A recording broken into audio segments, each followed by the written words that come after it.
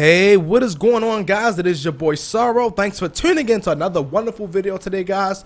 I really do appreciate it. Today I'm going to tell you the top 5 things I love about Destiny, and in a whole separate video later on this week, the top 5 things I don't love about Destiny. Now, Destiny is not a perfect game. No games are perfect, but I just want to put this quick side note out there before I even start my top 5, okay?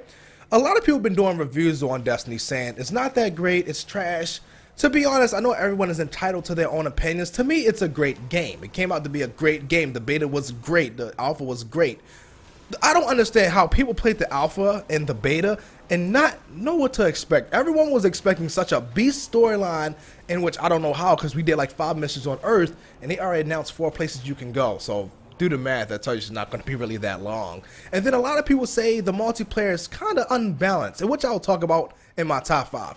To me, this is the most balanced multiplayer I've ever played that has a lot of loot and a lot of things you can find in customizations. Now, if you want a balanced multiplayer, go play Killzone Shadowfall. That had no loot, that had no customization, that had no rank system, but look how boring it was. I was a level 5 Titan, leveled him up to level 15, then made a Warlock. When I was a level 4 Warlock, I was still taking people out that were freaking level 21 and level 22. So to me, when it comes to balance, it's all about how good you are. And I will talk more about it later on in the video because it's a part of my top 5. So let's start off with number 1. It's open world. I can play with my friends. I can patrol the moon, Venus, Mars, Earth. I can do anything I want basically. If I feel like going to the Earth and basically just looking all over the place, finding these hidden spots, finding these chests, finding anything, I can do that. I have that option. I'm not restricted to one small area. So open world games to me definitely is number 1 to me because I love open world games.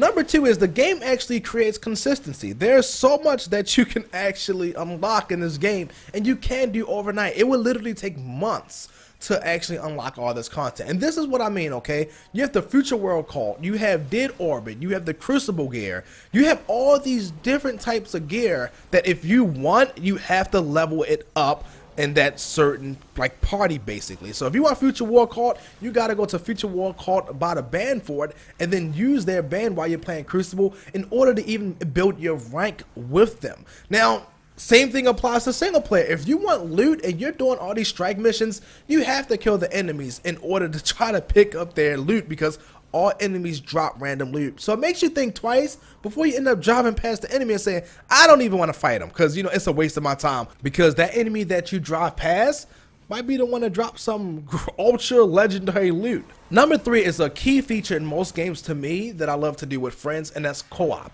I love co-op games. No matter what type of game it is, if it has co-op, I am down for that.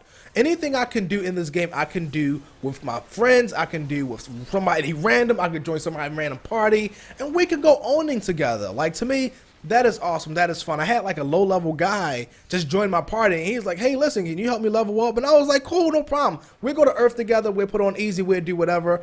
And then that's how we rolled. It was fun. I made a new friend, I made some new other friends, we played Crucible, we just own people. So co-op is a big factor to me, and that's what a lot of people overlook. They really do in their reviews. They overlook the fact that you can actually play with people that you want to play with.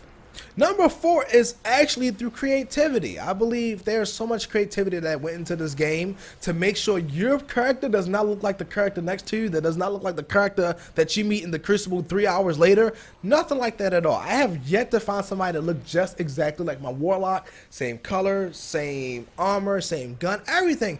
Everyone end up having a different weapon. Every time I get killed in the Crucible, I've never seen the same weapon in the same type of game. Better yet, no, I saw it once. Somebody killed me with the same weapon I had, and it was like, oh wow, that's pretty cool, but his look completely different from mine. So it's a lot of creativity that went into this game. You might be a big person like of Dead Orbit like I am. Like, I'm only working on my Dead Orbit, and I found somebody that's working with Future War Cult. So his outfits look crazy, and I'm like, mine's gonna look better than yours, man. It looks better. And then the thing about it is, it's so random because it changes up every single time. I might go to Dead Orbit today, they might have some unique uniforms, and tomorrow might be something different. So the creativity that goes into the game makes you think wisely before you purchase something, because you might purchase this helmet for like 17 Crucible points or whatever it is, and then you might turn around and get an awesome helmet that's worth 100, but since you just spent 17, now you don't have it and you gotta wait.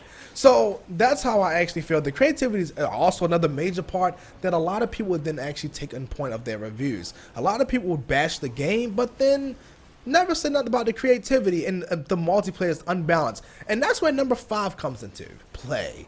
Number 5 is the game is well balanced. I don't care what nobody say. You can debate with me on this. I don't that's your viewpoint, but from my understanding, if you know how to play Crucible, the game is well balanced. I mean, a level 15 Titan, right? Turned around and say, I don't like the Titans. They seem too slow to me. So I'm going to go ahead and create a Warlock. I created a Warlock. I was level 4.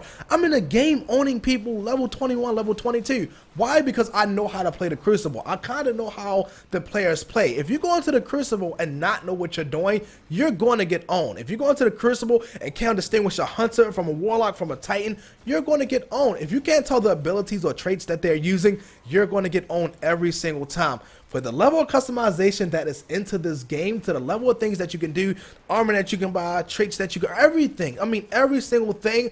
This is the most well balanced that it can get. I don't care what anyone else says. That's how I feel. If you look at Battlefield, if you look at Call of Duty, there's always that one gun that overpowers every other single weapon. If you do this to the gun, if you add this to the gun, if you have these perks on, you basically become godlike and you can't be killed. And again, that's how I see certain things. For the level of customization in this game, the level of things you can do, I feel that it is very, very balanced. I've been killed by level 6